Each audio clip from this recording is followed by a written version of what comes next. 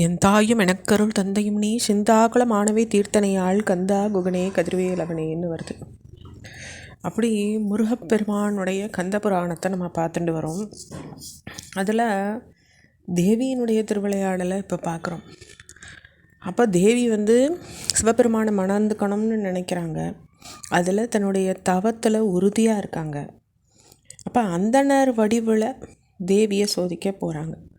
அப்போ தேவிக்கிட்ட கேட்குறாங்க, பரமேஸ்வரனை நோக்கி தவம் பண்ணுறியே, என்ன வரம் கேட்க போகிறேன்னு கேட்குறாங்க. அப்போ திருமணம்னு வெக்கத்தோடு அம்பிகை சொல்கிறாங்க. அப்போ ஏளனமாக சிரிக்கிற அந்த அந்தனர் பெண்ணே, திருமணம் புரிஞ்சுக்கிறதுக்கு நல்ல மணப்பெண்ணையே தேர்ந்தெடுத்திருக்கியே அப்படின்னு சிரிக்கிறார். அப்போ சிவமூர்த்திக்கு அதுக்கு தான் அந்த பாடலை பார்த்தோம். ஆடை தோள்விடை ஏறுவதணிகளம் அரவென்பு கேடில் வெண்டலை மாளிகை கேழலின் மறுபின்ன ஓடு கொள்களம் ஊன்பழி வெய்யனன் ஜுளப்புற்றோர் காடதே நடம்புரியிடம் கண்ணுதர் கடவுட்கே அப்படின்னு வருது பாடல். அப்போ சிவபெருமானுடைய உடை என்ன? தோல் தான். அவருடைய வாகனம் அணிகலம் அரவென்பு, அதாவது ஆபரணமாக அணிஞ்சிருக்கிறது அரவு தான், பாம்பு. அதே மாதிரி அவருடைய வாகனம் ஏர் மாடு, எலும்பு, தலைமாலை, பன்றி கொம்பு, இதெல்லாம் தான் அவருடைய ஆபரணங்கள். அதே மாதிரி அவருடைய உண்ற பாத்திரம் ஏனம் என்னென்னா மண்டையோடு. அவர் உண்ணக்கூடியதும் நஞ்சு. அவர் நடமாடுற இடமோ மயானம், காடதே நடம் புரியிடம்.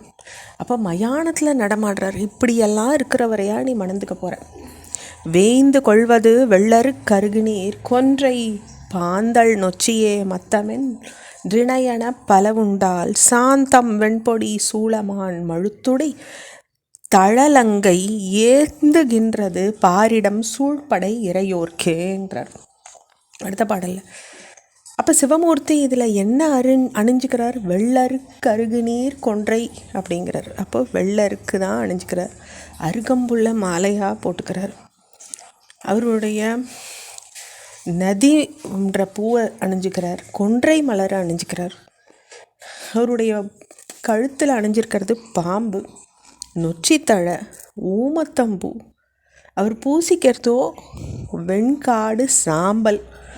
அந்த கரங்களில் தாங்கி இருக்கிறதோ மழு உடுக்க நெருப்பு. அவருடைய சேனைகளோ பூதகணங்கள். அப்போது இப்படியெல்லாம் அவர் அடிக்கின்றே போகிறார். அடுத்த பாடல் சொல்கிறார், முறைப்படு சுருதியெல்லாம் மொழியினும் அதுவே சார்வா உருகில ராகி பொல்லா ஒழுக்கமே கொண்டு முக்கண் இறைவனை இகழ்ந்து முத்தி எய்திடா துழல முன்னாள் மறையவர் பெற்ற சாபம் நின்னையும் மயக்கூறாதோ.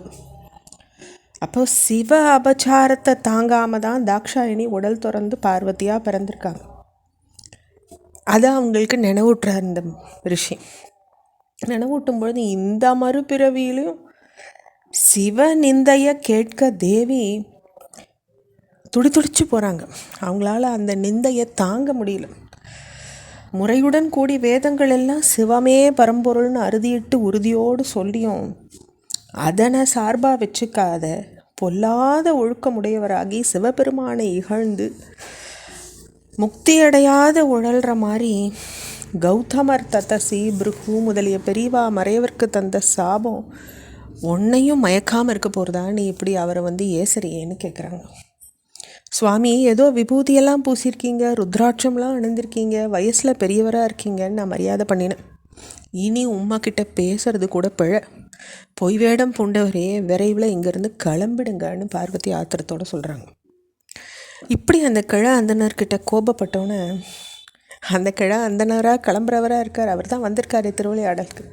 அப்போ முன்னிலும் கொடிய வார்த்தையை அவர் பேச ஆரம்பிக்கிறார். பெண்பாவை, நான் உன் மேலே மையல் கொண்டு மறை விதிப்படி மணக்க வந்திருக்கேன். என்னை இங்கேருந்து போன்னு சொல்கிறது உனக்கு முறை கிடையாதுன்னு சொல்கிறாங்க பார்வதி தேவிக்கிட்ட.